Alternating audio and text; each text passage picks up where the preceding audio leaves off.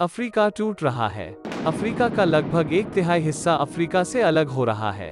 वैसे ही जैसे आज से 10 करोड़ साल पहले भारत अफ्रीका से टूटकर आज के तिब्बत से टकराया था, अब वैसे ही अफ्रीका का ये टुकड़ा भारत से टकराने वाला है। और अगर ऐसा होने वाला है तो यहाँ की जमीन ऊंचे पर्वतों में परिवर्तित हो जाएगी।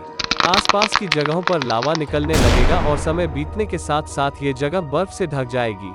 लेकिन हमारे पृथ्वी के साथ ऐसा क्यों हो रहा है? क्या हम इसे रोक नहीं सकते? आखिर भविष्य में हमारी धरती के साथ क्या होने वाला है?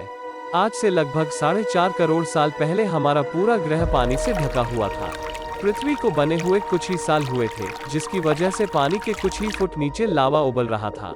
समय के साथ साथ ही लावा ज्वालामुखी के रूप में बाहर निकलने लगा, जिसकी वजह से पानी के ऊपर छोटे छोटे आइलैंड के रूप में जमीन बनना शुरू हुई और कुछ लाख साल बाद पूरी पृथ्वी पर कई लाख छोटे छोटे द्वीप निकल चुके थे।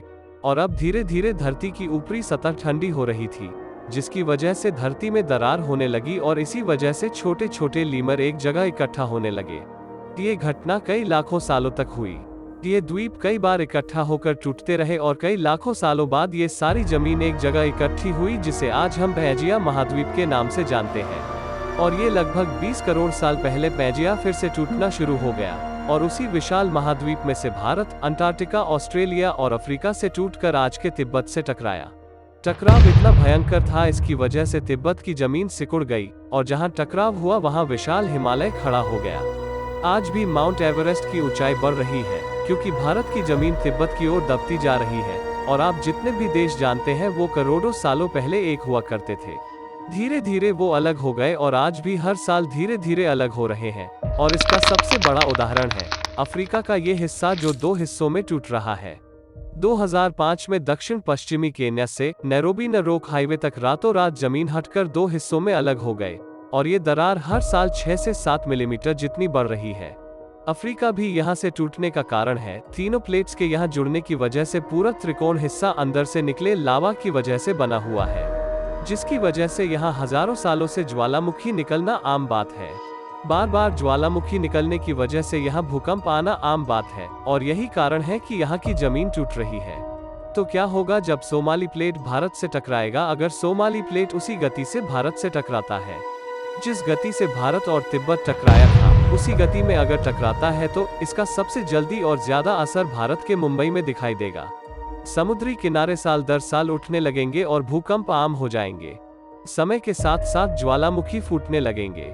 धीरे धीरे सोमाली प्लेट गोवा से केरला और श्रीलंका के संपर्क में भी आ चुकी होगी, जिससे केरला और पाकिस्तान के कराची जाकर सारे समुद्री किनारे पर्वत में परिवर्तित होने लगेंगे और यहाँ विशाल पर्वत खड़े हो जाएंगे, जिसकी वजह से यहाँ का मौसम ठंडा होने लगेगा और यहाँ भी कश्मीर की तरह बर्फ गिरने लगेगी।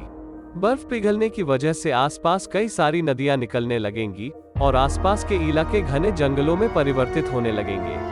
टकराव की वजह से साउथ इंडिया टेढ़ा हो जाएगा। इस वक्त टक्कर से सिर्फ भारत ही नहीं, पूरी दुनिया बदल चुकी होगी। पृथ्वी की सारी जमीन एक जगह इकट्ठा हो चुकी होगी और इसकी वजह से आज के ज्यादातर देशों का वातावरण बदल चुका होगा। आज का पूरा एशिया और ज्यादा ऊपर की तरफ जा चुका होगा, जिसकी वजह से आज घने जंगल रेगिस्तान में परिवर्तित हो चुके होंगे और आज के रेगिस्तान घने जंगलों में। तो इस वीडियो को देखकर दुबई और सऊदी अरब में रहने वाले लोग नाचना शुरू न करें, क्योंकि अगर पृथ्वी का भविष्य में ऐसा होता भी है तो अफ्रीका के भारत से टकराने और पूरी पृथ्वी की जमीन एक जगह इकट्ठा होने में बहुत साल लगेंगे। इतने कि तब तक आपके बाद आने वाली हजारों पीढ़ियां बीत चुकी होंगी। हो सकता है कि हम तब तक एक बहुत विकसित प्रजाति बन चुके हों और हम पृथ्वी के अलावा दूसरे ग्रहों पर भी रहने लगे हों। अफ्रीका के डूबने और भारत से टकराने की थ्योरी रॉय ल्यूमोर ने 1990 में दी थी, जिसके बाद कई दूसरे भूवैज्ञानिकों ने दूसरी थ्योरी भी बनाई है, जिसके मुताबिक सोमाली प्लेट भारत से नहीं टकराएगी। लेकिन ज्यादातर भूवैज्ञानिकों का मानना है कि धरती की ऊपरी जमीन फिर से एक दूसरे से जुड़ेगी और आज से करोड़ों सालों बाद हमारी पृथ्वी इन चारों में एक जैसी दिखेगी। लेकिन क्या हम इंसान इसे देखने के लिए जिंदा रहेंगे?